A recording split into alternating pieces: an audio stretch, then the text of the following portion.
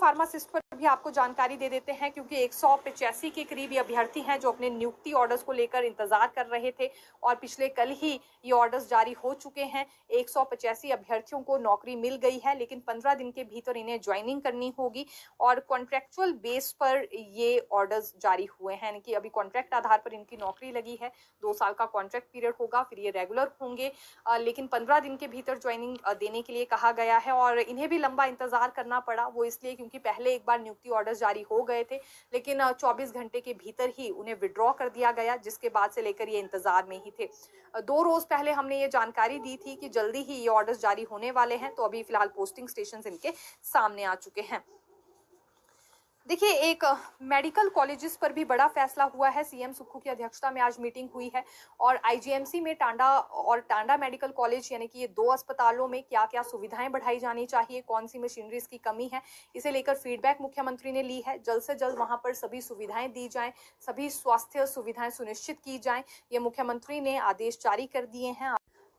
देखिए, शास्त्रीय काउंसलिंग पर भी ऑर्डर्स जारी हो गए हैं। कोर्ट के निर्देशों के बाद अब ये काउंसलिंग की प्रक्रिया पूरी हो पाएगी। दरअसल इससे पहले ही हालांकि कोर्ट ने ये ऑर्डर जारी कर दिए थे कि काउंसलिंग की प्रक्रिया शुरू की जा सकती है दोबारा से, लेकिन रिजल्ट घोषित करने के लिए कोर्ट की परमिशन लेनी होगी। रिजल्ट बिना कोर्ट के पूछे यहाँ पर फाइनल नहीं किया जाएगा। तो अब काउंसलिंग प्रक्रिया फिर से शुरू कर दी गई है और ये 31 जुलाई को प्रारंभिक शिक्षा विभाग ने पहले काउंसलिंग प्रक्रिया स्थगित कर दी थी, लेकिन अब प्रारंभिक शिक्षा विभाग की ओर से ही निर्देश जारी कर दिए गए हैं कोर्ट के ऑर्डर्स को देखते हुए।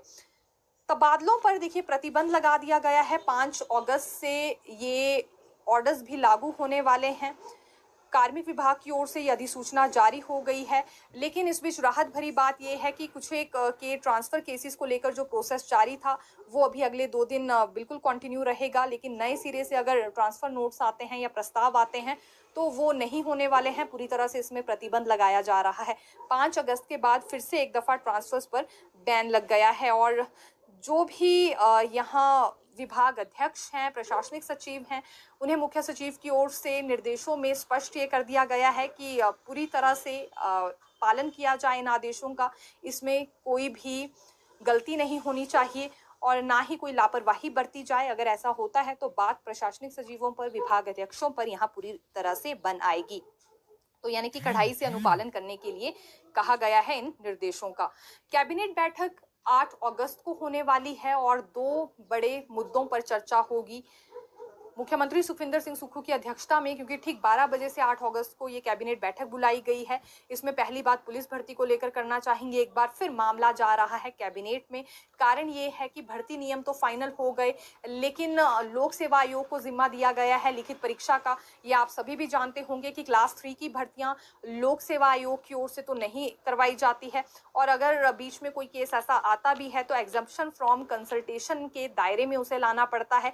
तो फिलहाल इसी नियम के दायरे में लाना होगा, नियमों में परिवर्तन करना होगा कि ये लोक सेवा आयोग को क्लास 3 भर्ती की परीक्षा दी जा रही है। तो इसके लिए एग्जम्पशन फ्रॉम कंसल्टेशन के दायरे में लाने के लिए कैबिनेट से मंजूरी लेनी होगी। यानी कि कोई ना कोई पेच बीच में फंस ही रहा है। हर बार कैबिनेट में ये मामला जाता है, लेकिन फाइनल बात फिर नहीं हो पा रही है। खैर, अब इस बार की कैबिनेट के बाद भी ये भर्ती प्रक्रिया शुरू हो पाती है या नहीं, ये देखना काफी ज्यादा रोचक रहने वाला है।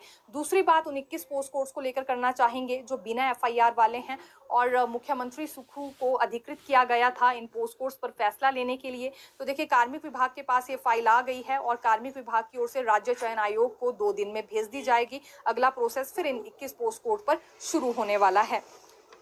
पे कमीशन एरियर पर ऑर्डर जारी किए गए हैं, नए आदेश जारी किए गए हैं वित्त प्रधान सचिव देवेश कुमार की ओर से, और ये आदेश प्रशासनिक सचिव, राज्यपाल के सेक्रेटरी, विधानसभा के सेक्रेटरी, हाईकोर्ट के रजिस्ट्रार जनरल और सभी विभाग अध्यक्षों को भेजे गए हैं।